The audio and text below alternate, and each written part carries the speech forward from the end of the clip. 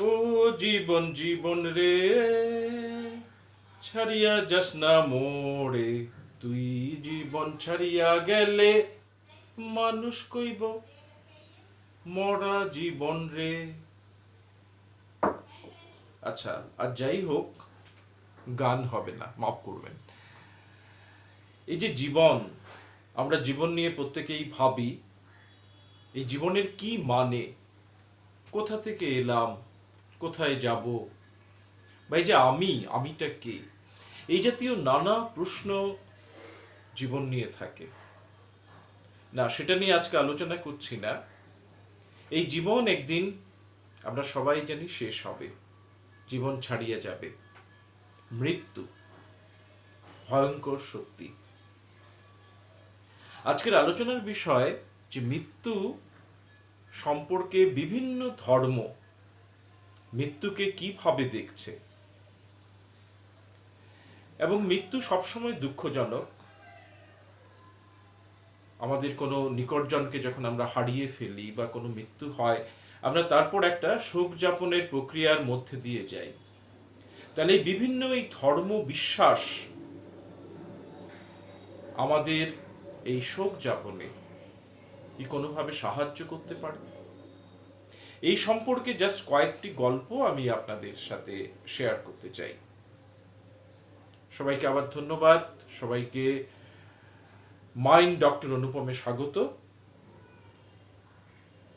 কথায় ফিরে আসছি। এটা খুব ইন্টারেস্টিং যে সমস্ত ধর্মেই মৃত্যুকে কিন্তু শেষ বলছে না, যে মৃত্যু মানে জীবন শেষ, সবকিছু শেষ, তা নয়। বলছি এটা শুধুমাত্র শারীরিক মৃত্যু, এই শরীরের মৃত্যু। শরীরের পরে কোথাও কেউ বলছেন এটা আত্মা, কোথাও চেতনা, কনসাসনেস, সোল বা রূহ, ইসলামে রূহ বলে, যে থেকে যায়। আমার শরীর থাকবে না, কিন্তু অন্য কোনো ফর্মে কিছু একটা এই শরীরের বাইরেও আছে। আমরা যদি হিন্দু ধর্মের কথা ধরি, প্রথমেই বলতে হবে গীতার কথা। গীতাকে কেবলমাত্র একটি ধর্মগ্রন্থ ভাবলে ভুল হবে। যেটা রবীন্দ্রনাথ গীতাকে বলে গেছেন ভারতের আত্মা।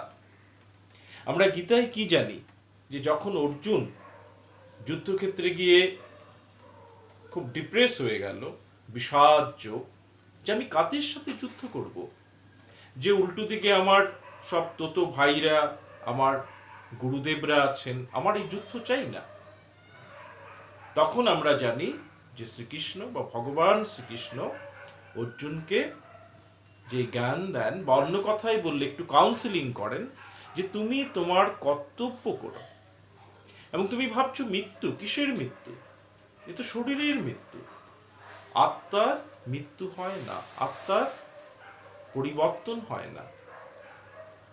গীতায় দ্বিতীয় অধ্যায়ে খুব সম্ভবত 22তম যে শ্লোক, তার যে বক্তব্য হচ্ছে যে যেমন করে আমরা জামা কাপড় পুরনো হয়ে গেলে ফেলে দেই, আবার নতুন জামা কাপড় পরি, ঠিক তেমনি আত্মাও পুরনো শরীরকে ত্যাগ করে নতুন শরীরে যায়। So simple. বা অনেকটা একটা বই পড়ার মতো। আমার একটা বই পড়া, একটা পাতা শেষ হয়ে গেল, গো টু দ্য নেক্সট। বলা যেতে পারে অবশ্যই এখানে বিশ্বাসের প্রশ্ন আছে, এ নিয়ে অনেক প্রশ্ন করা যেতে পারে। এখন বিশ্বাস, সেই সম্পর্ক আমরা জানি যে অনেক শোনা গেছে যে স্বাধীনতা সংগ্রামীরা এই গীতা হাতে করে ওরা ফাঁসির মঞ্চে চলে যেতেন। মৃত্যু অবিসম্ভাবী। অনেকটা বলা যায় যে তুমি জ্ঞানী হও, তুমি মূর্খ হও, তুমি বড়লোক হও, তুমি দরিদ্র হও, তুমি বামপন্থী হও, ডানপন্থী হও, মৃত্যু অবশ্যই হবে। একে অ্যাকসেপ্ট করা ছাড়া আমাদের কোনো গতি নেই। এই প্রসঙ্গে আমি বুদ্ধিজম থেকে যে বিখ্যাত গল্প অনেকেই হয়তো জানা আছে, কিশা গৌতমীর গল্প। যে কিশা গৌতমী সেই সময় একজন মহিলা ছিলেন, ওনার স্বামী ছিল না, একমাত্র উনি পুত্র সন্তানকে নিয়ে থাকতেন। কিন্তু দুর্ভাগ্যক্রমে কোনো রোগে সেই ছেলেটিও একদিন মারা গেল। তিনি স্বাভাবিকভাবে ভীষণ শোকে বিফল হয়ে পড়লেন এবং বললেন যে না, আমি কি করে বাঁচবো, আমার এই ছেলেকে আমার ফিরে পেতেই হবে। তখন অনেকে বললেন, যাও তুমি এই ভগবান বুদ্ধ আছে, ওর কাছে নিয়ে যাও, উনি হয়তো কিছু করতে পারেন। তিনি ভগবান বুদ্ধের কাছে গেলেন যে ভগবান, আমার ছেলেকে তুমি ফিরিয়ে দাও। আমরা জানি তখন ভগবান বুদ্ধ কি বললেন, যে হ্যাঁ আমি ফিরিয়ে দিতে পারি, একটা কাজ করতে হবে। কি সেই কাজ? যে তুমি কোনো বাড়ি থেকে, গৃহস্থ বাড়ি থেকে এক মুঠো সর্ষে, মাস্টার সিডস সর্ষে নিয়ে এসো। কিন্তু সেখানেও একটা কন্ডিশন আছে। কি সেটা? যে এমন কোনো বাড়ি থেকে নিয়ে আসো যেই বাড়িতে কোনোদিন কোনো মৃত্যু হয়নি। ঠিক আছে। তারপর সেই গৌতমী সারা দিন উনি বিভিন্ন বাড়িতে ঘুরতে লাগলেন এবং সবাইকে বললেন যে আমাকে এক মুঠো শস্য হবে। বলছে অবশ্যই, সেটা তেমন কি। কিন্তু একটা কথা আছে। কি সেটা? যে তোমাদের বাড়িতে কোনো মৃত্যু হয়েছে? সেটা দেখা গেল যে প্রত্যেকের বাড়িতেই হয় তার দাদু, দিদিমা, আত্মীয় স্বজন, এমনকি ছেলে মেয়ে, কারো না কারো মৃত্যু হয়েছে। এমন কোনো বাড়ি সারাদিনে পাওয়া গেল না যেই বাড়িতে মৃত্যু হয়নি। এই ঘটনার মাধ্যমে, এই গল্পের মাধ্যমে এটা বুদ্ধদেব বোঝাতে চেয়েছেন যে মৃত্যু অত্যন্ত একটা স্বাভাবিক ঘটনা জীবনের, আমরা ওটাকে অ্যাকসেপ্ট করতে হবে। গৌতমী সেটা বুঝতে পেরেছিলেন এবং পরবর্তী সময়ে উনি সন্ন্যাসী হয়ে গেছিলেন জানা যায়। এবার আমি আরেকটি গল্প বলতে চাই, সেটা ইসলাম ধর্ম থেকে, সেটা সূরা ইউসুফ থেকে। একটু একটু বড় গল্পটা, একটু যদি যত্ন ধরে শোনেন। যে ইয়াকুব নামে একজন ভদ্রলোক ছিলেন, ওনাকে নবীও বলা হতো। ওনার 9 জন ছেলে ছিল এবং সবচেয়ে যে ছোট ছেলে তার নাম ছিল ইউসুফ। ইউসুফ হচ্ছে ছেলে, ইয়াকুব বাবা। এই ইউসুফকে উনি খুব ভালোবাসতেন এবং সেই জন্য অন্য বাকি ছেলেরা ইউসুফকে খুব হিংসে করত। এবং ওরা কি করলো, ইউসুফকে ষড়যন্ত্র করে জঙ্গলে নিয়ে গিয়ে কুয়োতে ফেলে দিল। তারপর বাড়িতে এসে বাবাকে বলল যে ইউসুফ তো হারিয়ে গেছে বা মারা গেছে। তো ইয়াকুব বাবা যিনি দুঃখ করতে লাগলেন।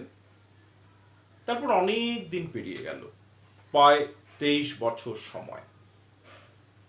ঘটনা হচ্ছে ইউসুফ কিন্তু সত্যি মারা যায়নি। তাকে ওই দেশের রাজার সৈন্যরা সেই কুয়ো থেকে উদ্ধার করে এবং সে খুব বিচক্ষণ, খুব বুদ্ধিমান ছিল।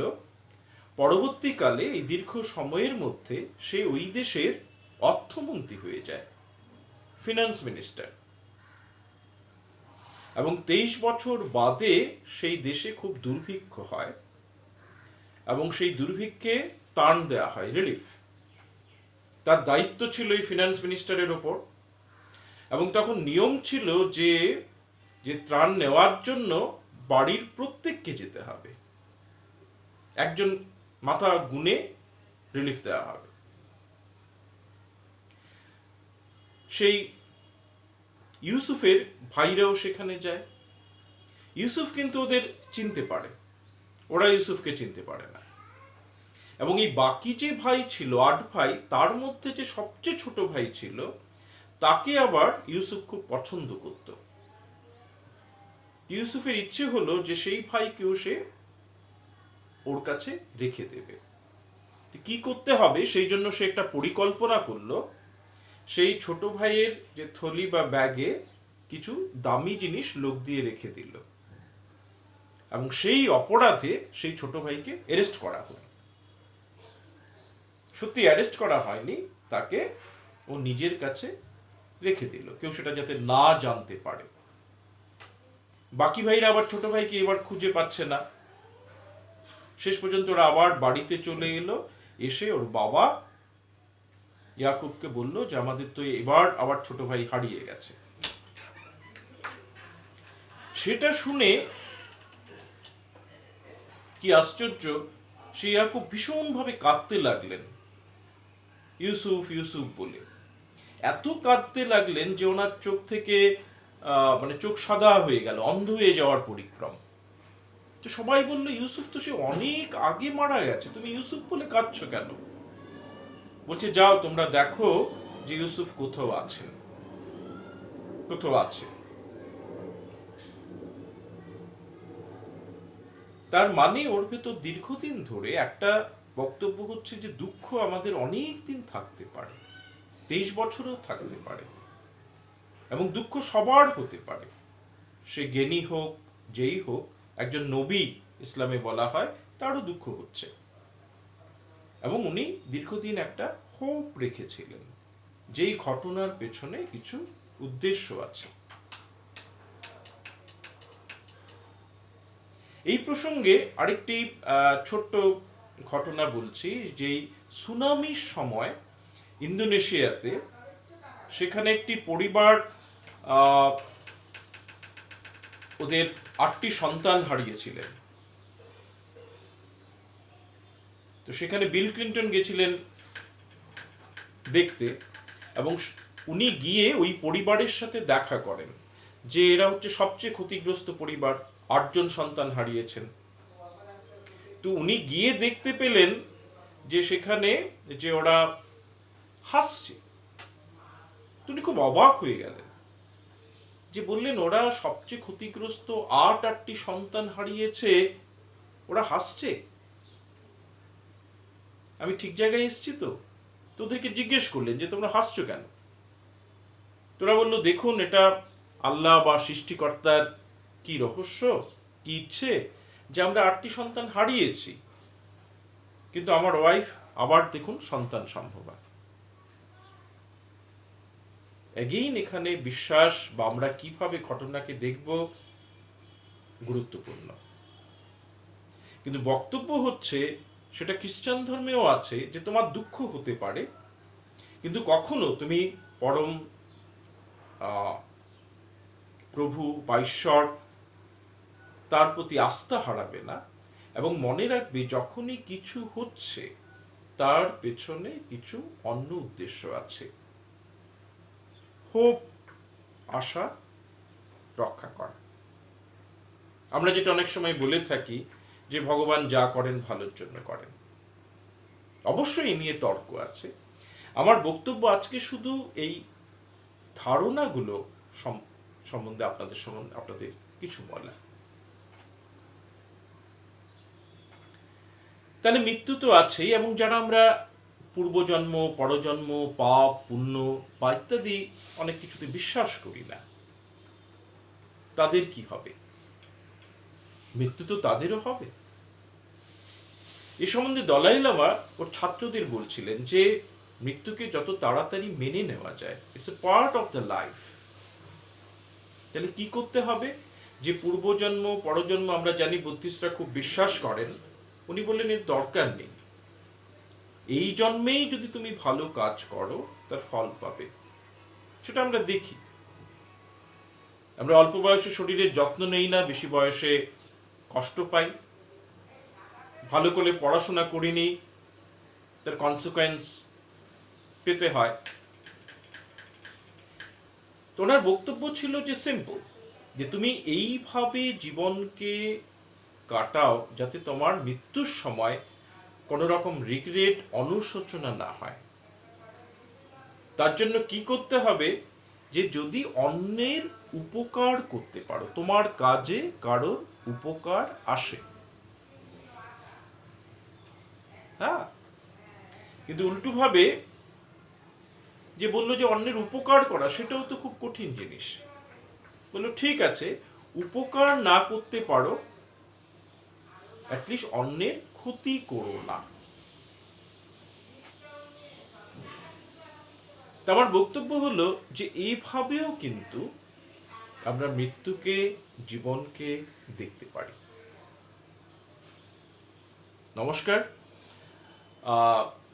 আমার এই আজকের বক্তব্য আমি এখানেই শেষ করছি। আপনাদের আমার সাথে থাকার জন্য ধন্যবাদ। ভালো থাকুন, সুস্থ থাকুন। আবার দেখা হবে কোনো নতুন বিষয় নিয়ে, নতুন ভিডিও।